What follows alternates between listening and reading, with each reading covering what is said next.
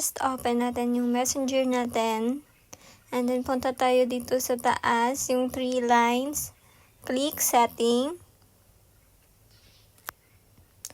And then, hanapin nyo lang yung privacy and safety. Then, click lang natin itong end-to-end encrypted chat. Click lang natin yung message storage. And then, may makikita ka dyan na turn off secure storage. Ayan, meron din delete and turn off secure storage.